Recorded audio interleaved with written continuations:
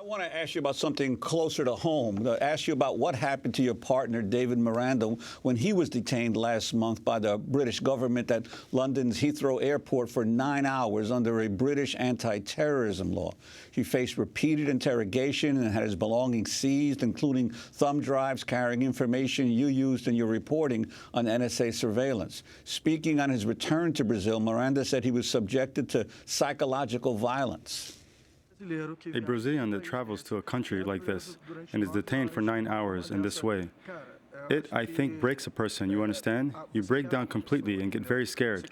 They didn't use any physical violence against me, but you can see that it was a fantastic use of psychological violence. Glenn, could you talk about this incident? Sure. I mean, first of all, what David was talking about there was the fact that they didn't just detain him the way you sometimes get regularly detained at an airport when you visit another country for a few minutes or for even an hour to get secondarily screened. He was told right from the beginning that he was being detained under the Terrorism Act of 2000, which means that he was being detained under a law, the purpose of which is to investigate people for ties to terrorism.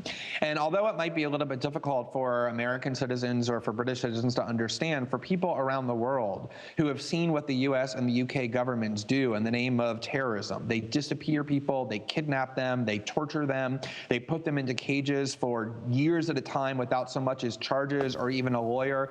It's an incredible, not to mention the bombs they drop and the children they kill with drones. It's an incredibly intimidating thing to be told that you're being detained by a government with the behavioral record of the UK under a terrorism law.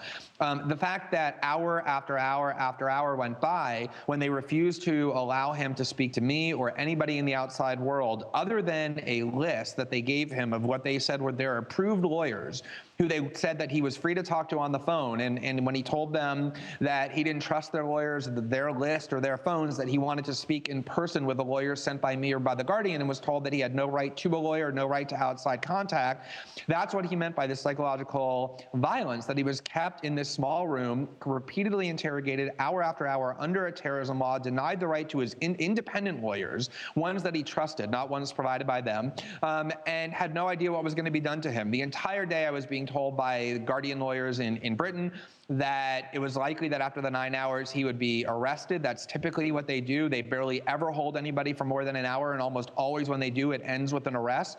Sometimes they arrest them on terrorism charges. Sometimes, because there's an obligation under this law to be fully cooperative, meaning answering all their questions fully, not refusing to answer anything, giving them passwords that they ask. If you even remotely refuse any of that, if they perceive that you're not being cooperative, they will then charge you separately for a violation of that law, then we'll arrest you and put the person into the criminal justice system.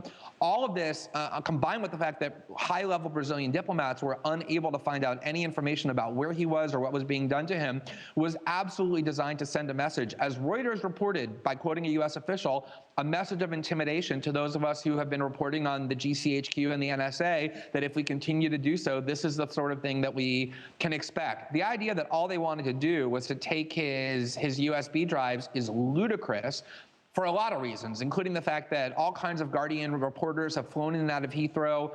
Laura Poitras herself flew to London and back out again without incident.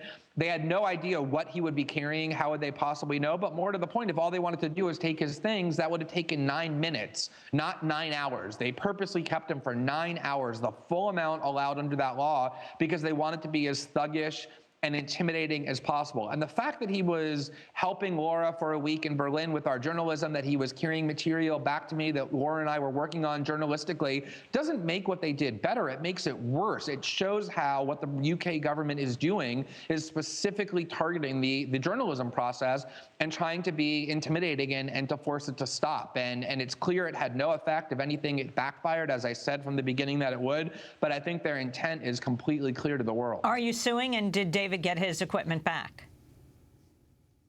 David is absolutely suing. He's pursuing a judgment in the British courts that, as even the author of that law in the UK said, it was a completely illegal detention because it was obvious they had no interest in investigating him about terrorism. They never asked him a single question about terrorism. There was obviously nobody thought he was connected to a terrorist organization. He was repeatedly questioned about everything but terrorism, including primarily our journalism. He hasn't gotten any of his belongings back. And one of the things that happened is that the UK government just outright lied about what took place that day. They claimed he was carrying a password that allowed them access to 58,000 classified documents. He was not carrying any password that allowed them access to any documents. They actually filed an affidavit the same day they made that claim, asking the court to let them continue to keep his belongings on the ground that all of the material he was carrying was heavily encrypted, that they couldn't break the encryption, and they only got access to 75 of the documents that he was carrying, most of which were probably ones related to his schoolwork and personal use. But of course, media outlets just uncritically repeated what the UK government had said as though it were true. It wasn't true. It was a pack of lies. But even if it were true, the idea that you're going to detain somebody under a terrorism law who you think is working with journalists is incredibly menacing as anything the UK government denounces when other countries do it.